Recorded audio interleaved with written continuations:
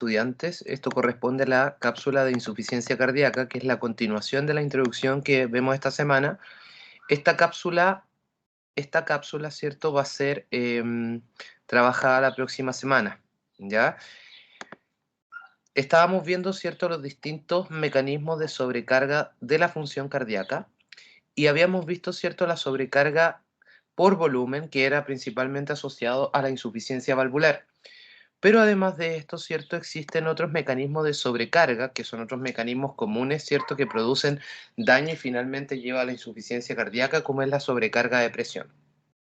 Acá quiere decir que no necesariamente aumenta mucho el volumen dentro de la cavidad del ventrículo, sino que acá rápidamente, ¿cierto? Se inicia un aumento de la presión arterial dentro de la cavidad porque hay una estenosis de la válvula, es decir, la válvula se abre a medias, por lo tanto el gasto se reduce rápidamente, o en enfermedades crónicas como la hipertensión arterial, que aumentan la poscarga en la aorta, por lo tanto también dificulta, ¿cierto?, la expulsión de la sangre en el ventrículo.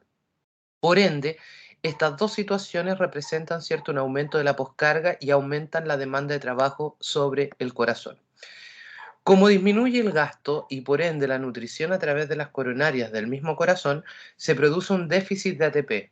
Y ese déficit de ATP principalmente estimula un tipo de hipertrofia que se llama concéntrica, que quiere decir que los cardiomiocitos se hacen más gruesos y hacen que la pared sea más gruesa y crece hacia adentro. Por lo tanto, este es un mecanismo adaptativo para tratar de disminuir la tensión o presión en el interior de la cámara y tratar de expulsar a la fuerza la sangre. Pero a su vez disminuye el lumen, por lo tanto disminuye la capacidad de llenado y disminuye aún más el gasto cardíaco. Por lo tanto, esta, este tipo de hipertrofia, ¿cierto?, no es conveniente, ¿ya? Pero ocurre como un mecanismo adaptativo donde hay que controlar las causas, ¿cierto? Solo la tensión arterial se tendría que controlar de manera farmacológica. Las hipertrofias de tipo concéntrica, ¿cierto? Aumentan la fuerza contráctil temporalmente, pero como disminuye el gasto, van a ser supercélulas con poca energía, por lo tanto, rápidamente se comienza a deteriorar esa capacidad contráctil, ¿ya? Y esto se hace para disminuir la tensión que hay en el interior de la cámara. Pueden llegar incluso en ciertas estenosis severas de la válvula aórtica a presiones intracavitarias, o sea, dentro del ventrículo, de 240 milímetros de mercurio para poder. Otra desventaja que produce este tipo de hipertrofia concéntrica, ¿cierto? Esta carcasa gruesa, es la disminución de la distensibilidad. Es una pared más rígida, por lo tanto la sangre le cuesta mucho más distender la pared. Por lo tanto comienzan a aumentar las presiones diastólicas o de llenado en el interior y eso también favorece el reflujo retrógrado, que es lo mismo que ocurría en la situación de insuficiencia valvular. Se congestiona el pulmón, luego el lado derecho del corazón y finalmente, ¿cierto?, todo el sistema venoso sistémico. Y esto explica, ¿cierto?, también por qué se producía el edema periférico. Se produce entonces una disfunción diastólica e insuficiencia del riego coronario. De hecho, la misma hipertrofia también dificulta la entrada de coronarias hacia el cardiomiocito para poder nutrirlo. El tercer mecanismo, común a muchas patologías que afectan la función cardíaca y finalmente llevan a insuficiencia cardíaca, es el deterioro de la contractibilidad del corazón. Y la causa más común es el infarto agudo al miocardio, que es una trombosis que ocluye la irrigación de parte de la pared del ventrículo y todo este se muere por necrosis. Por lo tanto, inmediatamente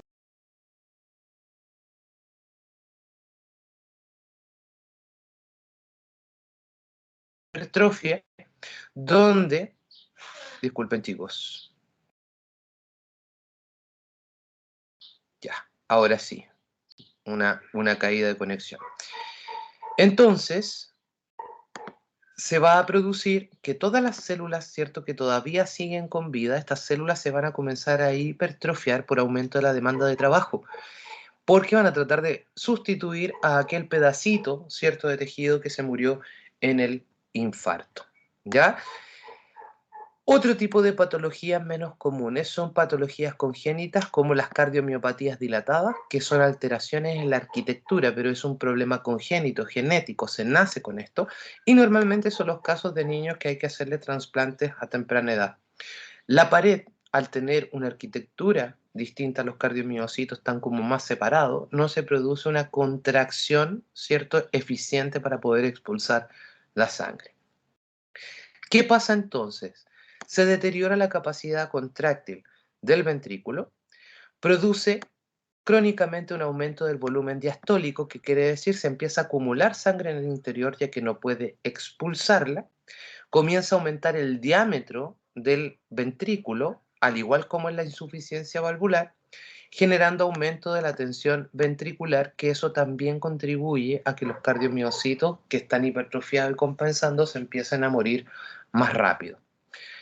Por otro lado, como se llena menos la cavidad, ¿cierto? O sea, perdón, tiene menos fuerza contráctil la cavidad, disminuye crónicamente el gasto cardíaco. Es el final común, ¿cierto?, de muchos tipos de alteraciones que afectan al corazón, no necesariamente estas, ¿ya? Sino que, por ejemplo, en los procesos anteriores, la estenosis valvular o la insuficiencia, también se van muriendo los cardiomiocitos y eso también va deteriorando la contractibilidad, ¿cierto?, que va bajando porque hay menos cardiomiocitos para poder mantener el gasto. El otro tipo de alteración, ya sea no es en la contractibilidad propiamente tal, sino que en la distensibilidad, que yo le decía que es la relajación de la pared para permitir un correcto llenado, también es una alteración final a muchos tipos de patología. Ahora, las causas más comunes que afectan la distensibilidad es el aumento de la rigidez. Es decir, es una pared que no tiene la capacidad de distenderse para poder llenar una cavidad en forma adecuada. Acá tenemos un ejemplo que es la hipertrofia de tipo concéntrica, se relaciona con las alteraciones anteriores, es una carcasa gruesa, difícil de distender, por lo tanto va a disminuir el llenado.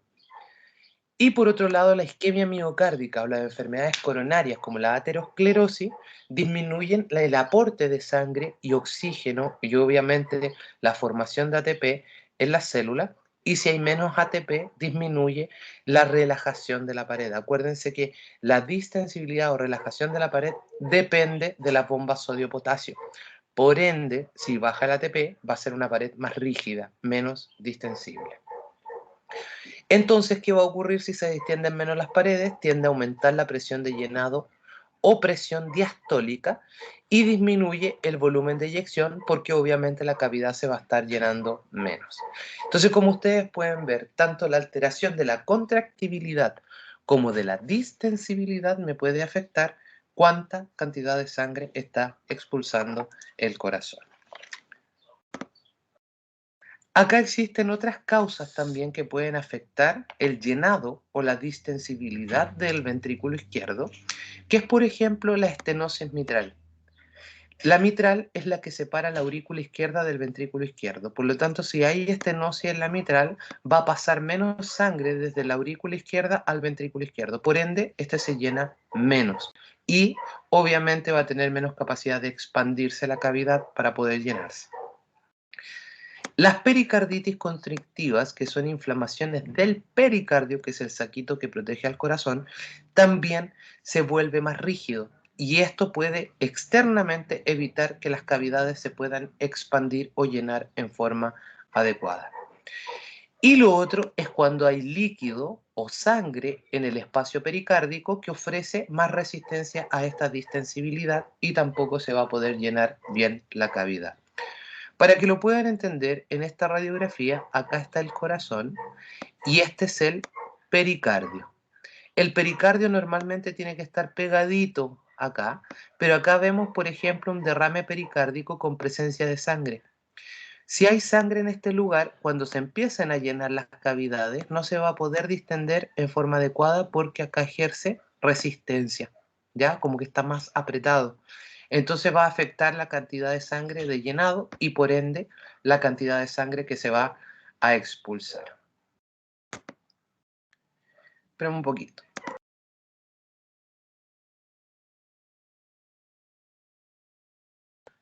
¿Qué es lo que ocurre finalmente? Resulta que yo les decía que cuando se hipertrofian las células cardíacas para tratar de adaptarse, pero yo no soluciono el problema y el gasto sigue disminuyendo, finalmente en esos cardiomiocitos se produce una caída del ATP, porque trabaja más y recibe menos nutrientes. Se produce caída del ATP y además aumento del calcio citoplasmático, aumento de los radicales libres, que son los típicos mecanismos de daño que ya habíamos visto anteriormente. ¿Qué va a inducir esto? Por ejemplo, la baja de ATP y la sobrecarga de calcio va a favorecer los procesos de apoptosis. Entonces, la remodelación cardíaca consiste en hipertrofia primero, luego estas células se mueren por apoptosis y luego estas células son reemplazadas por tejido fibroso, en este caso colágeno. Entonces se puede producir una disfunción sistólica de contracción o una disfunción diastólica de llenado. Y acá se debe principalmente a que se van perdiendo los cardiomiocitos, se van muriendo por apoptosis, o como hay poco ATP, hay disfunción, es decir, tienen sarcómeros, pero estos no funcionan bien.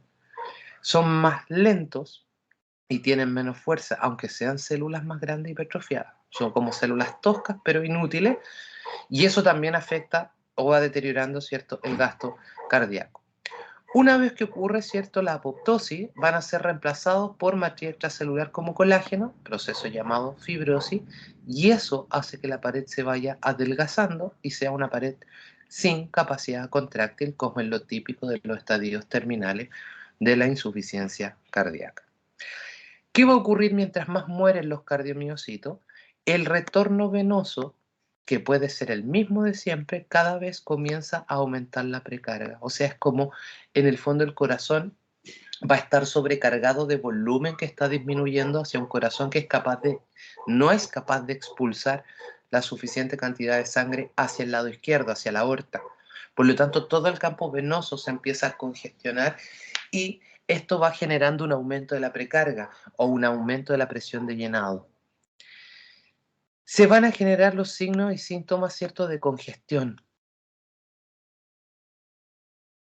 Empieza a congestionar el campo venoso de las cavas y de todos los órganos. Como yo les decía, incluso puede haber, ¿cierto?, una congestión hepática, ¿ya? La disfunción diastólica, al igual que la sistólica, ¿cierto?, se debe a este deterioro en los niveles de ATP en las células, ¿ya? Si hay disfunción diastólica, que no se llenen bien las cavidades, también me disminuye el gasto, que es lo mismo que no se pueda contraer, ¿ya? Entonces se produce una alteración de la rigidez. De las causas principales, ¿cierto?, son el aumento de la rigidez, por ejemplo, en una hipertrofia de tipo concéntrica, ¿ya? Y también, ¿cierto?, voy a tener síntomas y signos congestivos.